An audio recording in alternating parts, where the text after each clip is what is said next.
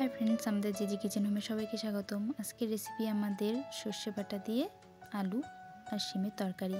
এটা একটা গ্রামের ঘরোয়া রান্না, সবাই করে থাকে, সবার বাড়ি বাড়ি হয় এটা। প্রথমে উপকরণগুলো দেখিয়ে দেব। শিম আর আলু কেটে রেখেছি ভালোভাবে ধুয়ে, তারপরে রেখেছি কুচনো পেঁয়াজ আর রেখেছি মশলা বাটা। মশলা বাটাতে আছে আদা, রসুন, জিরে আর সরিষা বাটা। কড়াইতে সব সবজিগুলো দিয়ে দেবো, দিয়ে দেওয়ার পরে বাটনাগুলো দিয়ে দেবো। হলুদ গুঁড়ো, লঙ্কা গুঁড়ো, গোটা জিরে,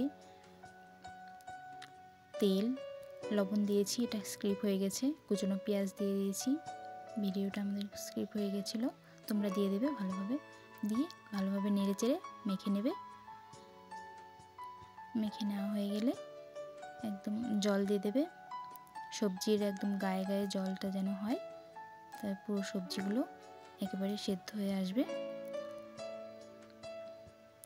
তারপরে আমরা ঢাকা দিয়ে দেবো। 10-5 মিনিট পর উঠিয়ে দেখবো, একটু নেড়ে চেড়ে তারপর আবার ঢাকা দিয়ে দেবো। কিছুক্ষণ পর আবার ঢাকাটা উঠিয়ে দেখবো জলটা একদম শুকিয়ে গেছে, টেনে নিয়েছে আর চারিদিকে তেল বেরিয়ে এসেছে। একটু নেড়ে চেড়ে নামিয়ে নেব। দেখুন কত সুন্দর একটা সরষে বাটার একটা তেল বেরিয়ে এসেছে। এটা একদম সিম্পল, আমাদের গ্রামের একটা রেসিপি, সবার ঘরে ঘরেই হয়। যারা এই রান্নাটা পছন্দ করো তারা অবশ্যই লাইক, কমেন্ট, শেয়ার করে দেবেন। Thank you.